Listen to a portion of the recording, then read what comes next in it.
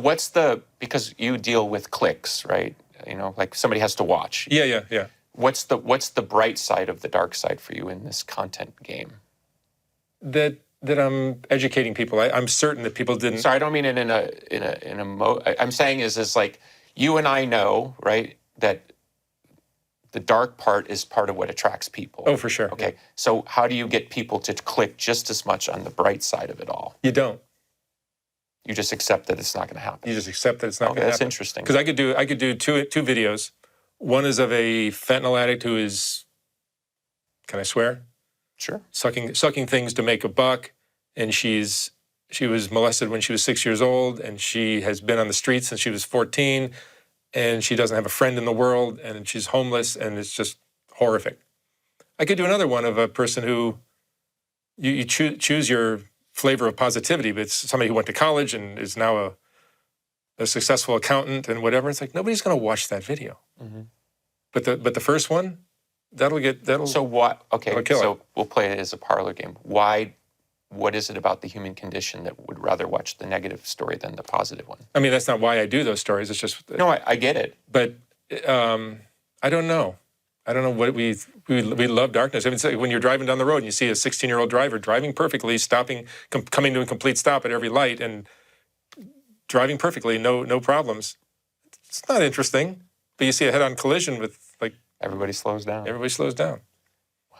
But I don't mean to be I'm not really looking for the trauma stories. That just seems to be what I've gone into, because I do find the stories interesting, but I'm not really looking for darkness. But here I am. I'm like I'm just like, I've got a whole bunch of dark stories on my channel. So using the aperture idea to widen the lens out here,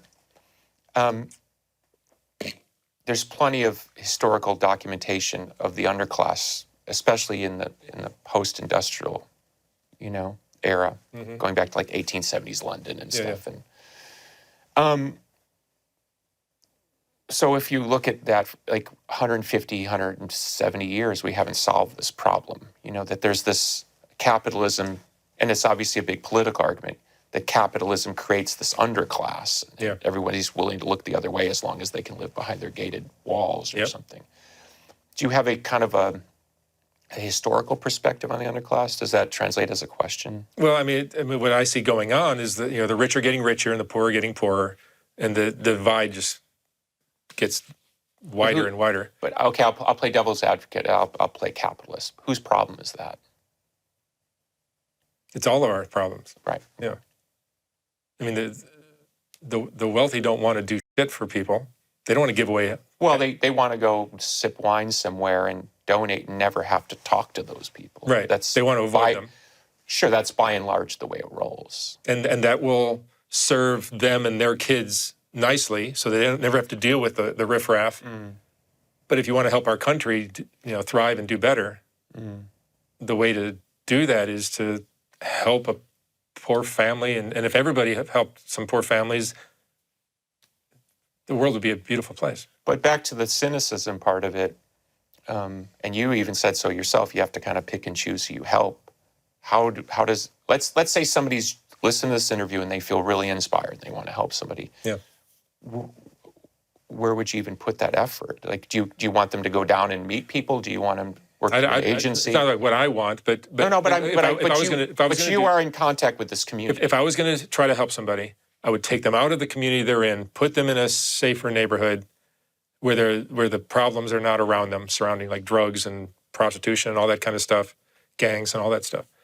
Take them out of that community, give them what they need to take care of them or their kids or their future. It's going to take a lot of money and a lot of patience, and you get them the therapy, you get them whatever they need to rebuild. Yeah. And you have to have a lot of patience and give It's funny because you're triggering a memory. We had a recent employee in one of my various businesses, and we convinced the person to move out of the gang neighborhood, gave them a job, moved the family up with the kids, and within 9 months blew the whole thing up. And one of the daughters was back with the gang. Yeah. No, see, you really cannot change that subconscious view of yourself so easily. If you have a view of yourself that you don't deserve anything better, yeah, all the help and propping up and good luck in the world is not going to change. So when you say patience, is that a financial patience or is that a social patience? It's all of it. It's all of it. Yeah. It's like all the that's what I'm saying. We So would all if you, I call it wave a magic wand. I'm sorry, I'm the worst interrupter, but if you could wave a magic wand, what would you fix? the self-worth of everybody. Right. But That's if you it. can't, okay, so if you can't do that, what is it like? Then You get it's, the government to get involved. yeah, get the government to get involved, to really seriously pump a bunch of education, support, job opportunities into the rough I neighborhoods. feel like as far as we are down the road as a country, especially these Western countries, it seems like there should be some sort of commission, like a bipartisan commission, like we're going to actually start tackling this problem. And we know it's not going to get fixed in 20 years. Yeah, We're going to set something into motion because obviously whatever's happening in 50 is not years working. it might be different.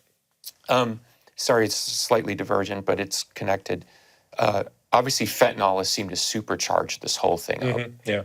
Can you talk about that on a more granular level? I mean, I hear about it. So there were drugs, there were street drugs, like, marijuana was one of them, but that's now looked at as like cigarettes almost.